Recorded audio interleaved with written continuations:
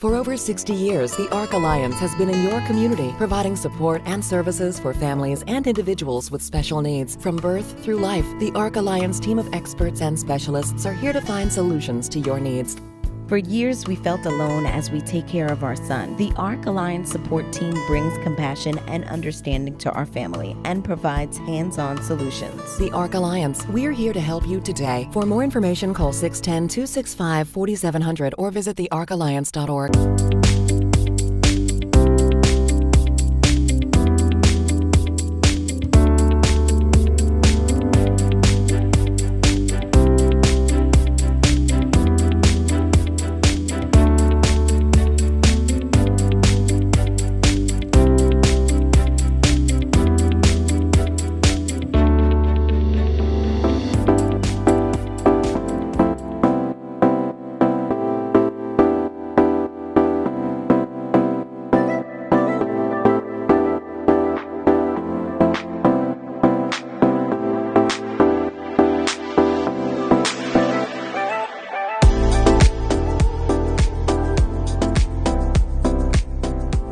Hello, my name is Ben Moonen. I'm with the PA Office for the Deaf and Hard of Hearing, or ODHH.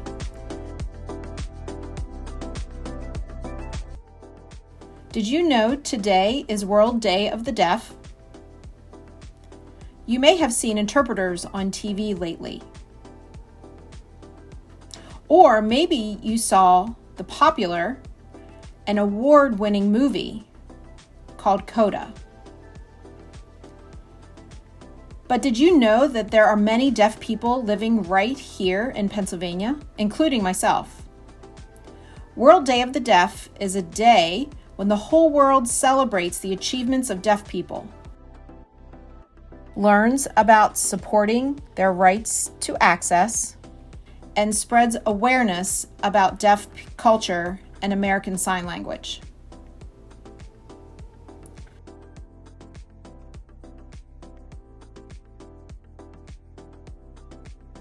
Did you know that ASL is not universal? Many people think it is, but each country uses their own sign language. Even though we use different languages, we experience similar challenges and barriers in the world we live in. It's very important that we become familiar with resources that are available so that we can spread awareness. You know, the more we know, the better the world will be for everyone.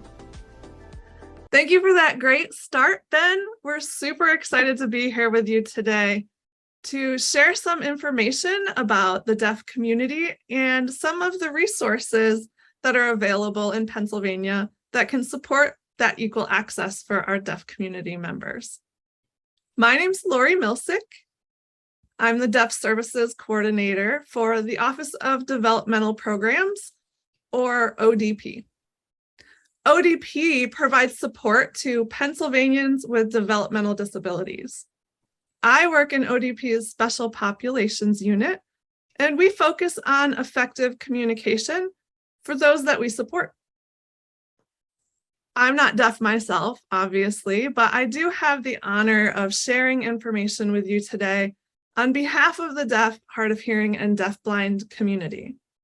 In a little while, Ben will also be back. He's going to share with you about the Office for the Deaf and Hard of Hearing and what they have to offer to Pennsylvania as well.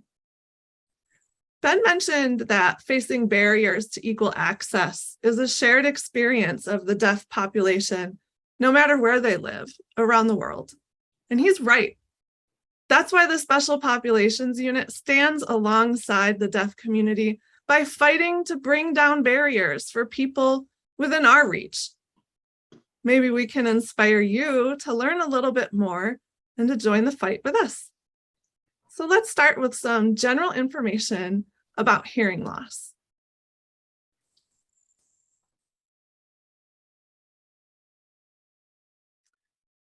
Did you know that there's over 1 million deaf people in Pennsylvania alone? That's a lot of people.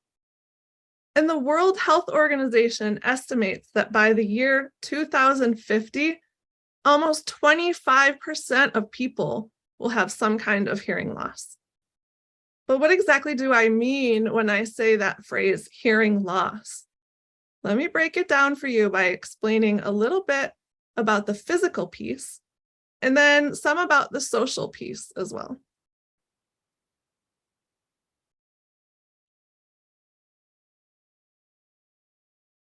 So the phrase hearing loss actually covers a broad range of physical experiences. Some of the vocabulary used to describe hearing loss is listed here on the screen for you.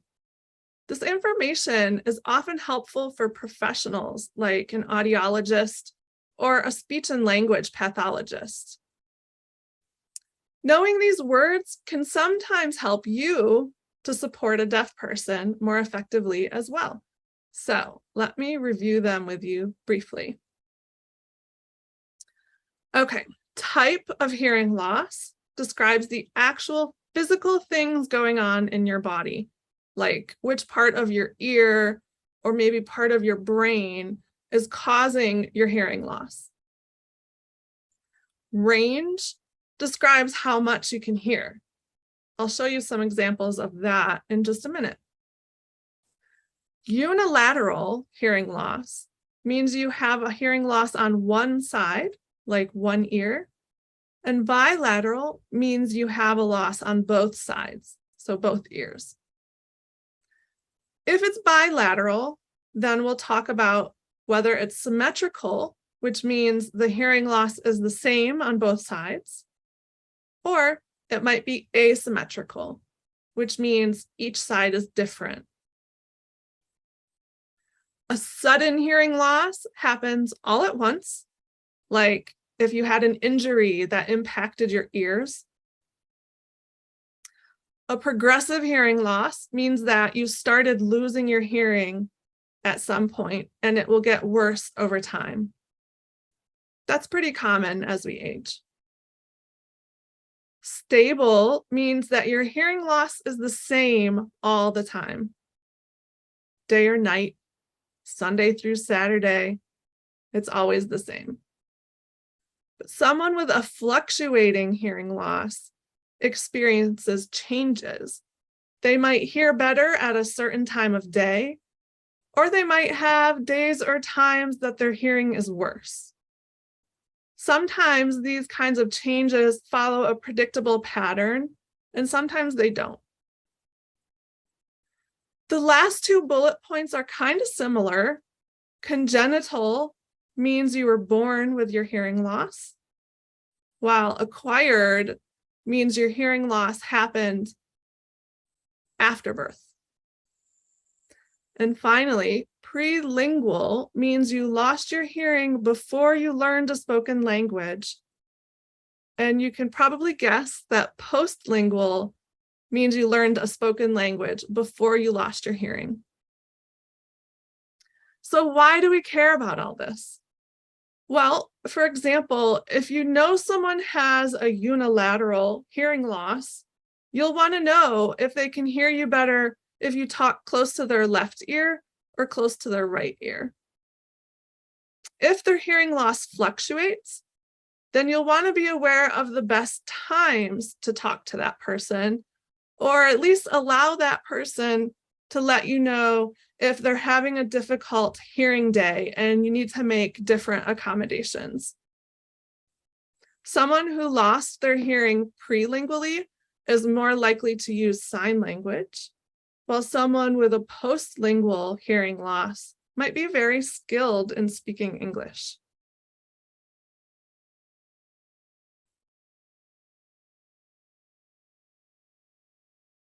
Understanding someone's hearing loss, especially their range of hearing, can also be really helpful.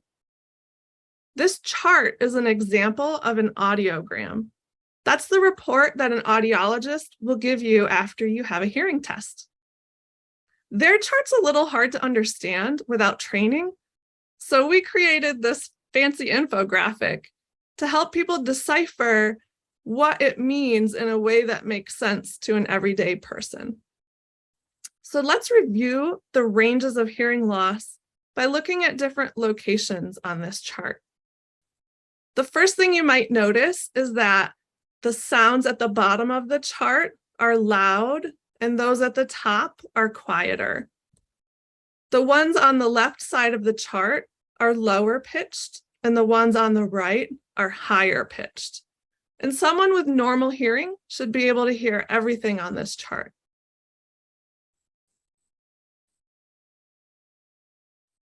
With hearing loss, we start by drawing a line across the chart. I'm using a straight line, but typically people will have a line that goes up and down. But anyway, below that line are things that the person can hear. And anything above that line would be things that they cannot hear. So with a mild hearing loss, like the red line is showing right now, the person can still hear most of the sounds of speech, which are designated by that yellow banana, which I lovingly call the speech banana. But they wouldn't be able to hear something like a bird chirping or the dripping water from a faucet if they forgot to turn it off, which is pretty common with hearing loss. At the moderate level, we've already lost the sounds of speech. We can hear a dog barking or a motorcycle, but whether we can hear the baby crying will depend on our exact hearing loss because it falls right on that line. Someone with a severe hearing loss can hear that lawnmower and that big truck barreling by, but they may or may not be able to hear the piano, and they definitely can't hear the sounds of speech. Finally, someone with a profound hearing loss hears even less. They may hear that low-flying airplane going by, and they might hear the siren on a fire truck or an ambulance, but they won't hear anything above that line, including speech sounds. Anything on the line, like the chainsaw or the lawnmower, again, will just depend on the person. One final comment about this chart. You might notice people wearing hearing aids and assume that they can hear you and understand what you're saying. But that really depends on their range of hearing loss. Hearing aids only make the sound louder. So if you're profoundly deaf, for example, your hearing aids might bump you up to that moderate level, which means you still wouldn't be able to hear those sounds of speech or, what people are saying around you. Or maybe your hearing aids would move you from the moderate level to the mild level, in which case you could hear the sounds of speech, but you might notice some of those letters above that line, they might be a little difficult to understand, like a P, an H, or a G, or maybe an F, an S, or a TH sound. Did that person say think or sink, right? It's hard to know with a mild hearing loss. And if your hearing loss was prelingual, before you learned a spoken language, you may never have even learned those sounds of speech. So even though you can hear them with your hearing aid, you still don't necessarily understand them. So the point for me telling you all about this is so that you know that each person's hearing can be so different from the next. So just be patient, ask questions, and be accommodating.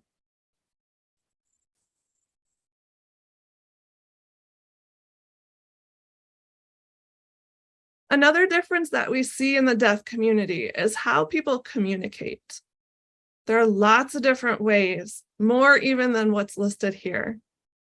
You may meet deaf people who use American Sign Language, some who use spoken language, others who use lip reading, and still others who might prefer to write back and forth.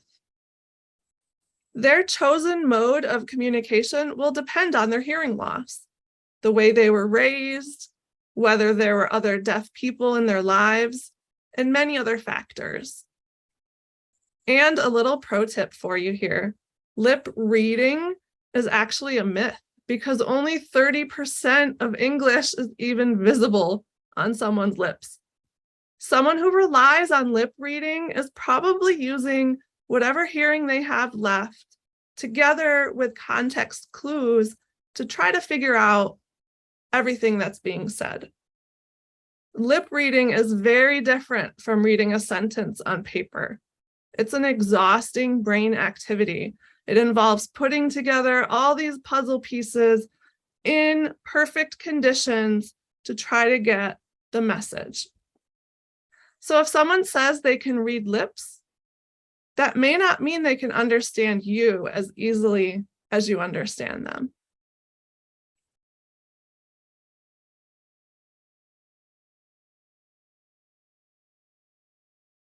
Okay, let's talk about the social impacts of hearing loss. Maybe you're already thinking about how those physical impacts of hearing loss might show up in social interactions. If you are, that's great. Hearing loss is kind of like that iceberg. Losing your hearing can have a greater impact than you might expect. For example, it can cause people to become excluded from social interactions, leading to isolation, which can also lead to mental health struggles. I once heard that hearing loss is the one disability that people get mad at you for having. Think about that. If you say something to someone in a crowd and they don't answer you, you feel like they're being rude, right? If that's a deaf person, they might not have heard you. Hearing loss isn't visible like a wheelchair or that white cane that you'll see blind people using. This means that deaf people are often overlooked by those who are trying to accommodate people with disabilities. The truth is, hearing loss is not as much a disability as it is a communication barrier that leads to lack of access to information. Can you imagine not having access to information? We all crave that information, right? But when the environment is right, whether that means using American Sign Language, providing a visual flashing light fire alarm, or making sure the lighting is bright enough for someone to lip read accurately, when the environment's right, there's no barriers. So how can we do our part to make the environment barrier-free for our deaf, hard of hearing, and deafblind community? That's a good question.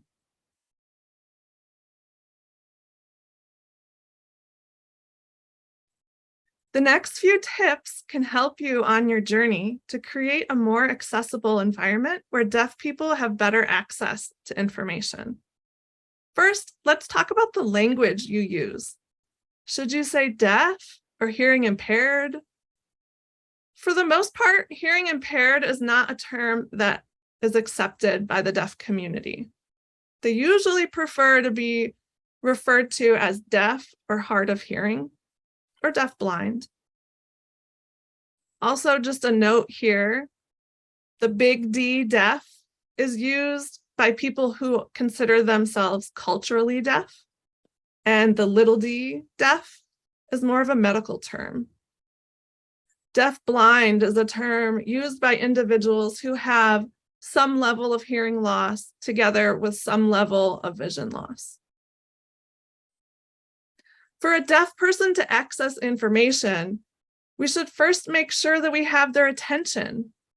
We can do that by tapping them on the shoulder, waving our hand, flashing a light, or even pounding on a table or floor.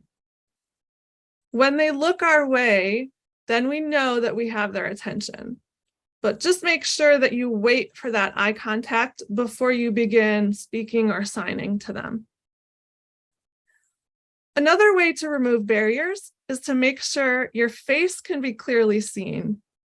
That might mean adjusting your lighting, trimming your mustache, or not accidentally putting your hand or another item in front of your mouth while you're talking. We do that sometimes when we're eating, right? Cover your mouth to be polite.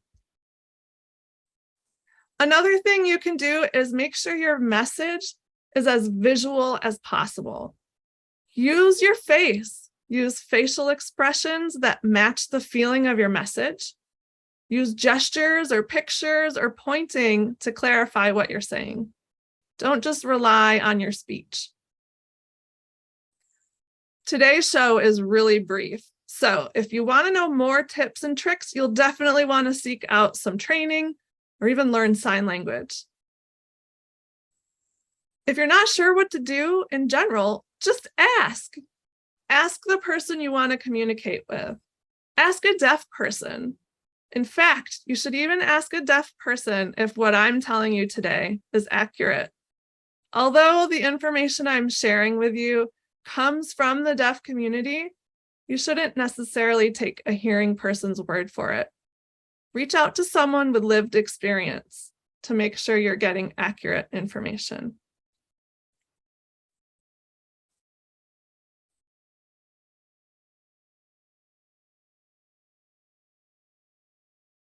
All right, so I mentioned training. And to wrap up today, we wanted to get you started on that training journey.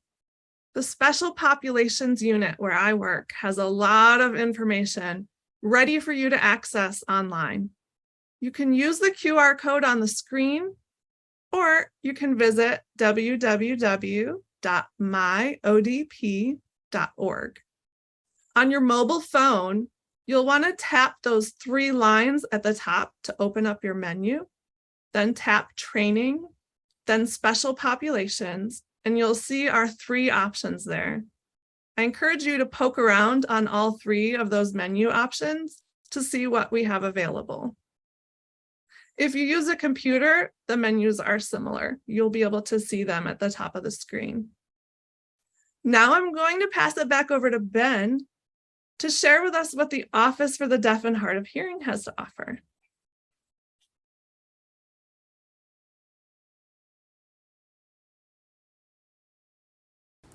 We are a state government agency under the Department of Labor and Industry. We provide 4 main functions. Advocacy. Advocacy is for the deaf and hard of hearing, deaf-blind in Pennsylvania to make sure they have access to communication, programming, and services. The second, we provide information in various ways. We answer questions and provide information about hearing loss, deafness, and interpreting. Anything you need, we can provide for you.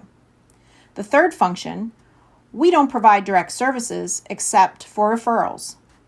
If a person needs a specific service, we help them find that service that meets their needs. And we make sure they have communication access.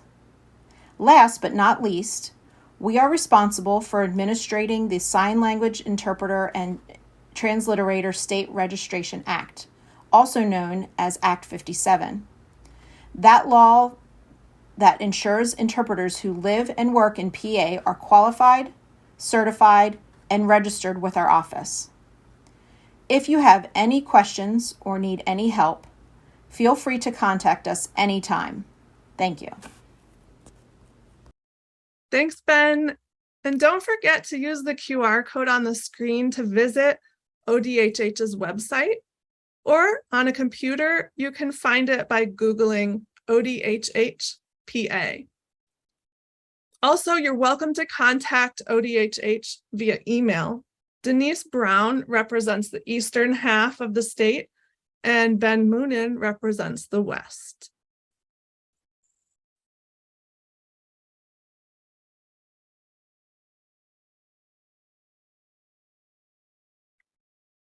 Well, that's it for today, folks. Thank you so much for spending this time with us. We hope you learned some useful information that encourages you to join the battle to remove barriers for the deaf, hard of hearing, and deafblind community. Now let's all go celebrate World Day of the Deaf. Thank you.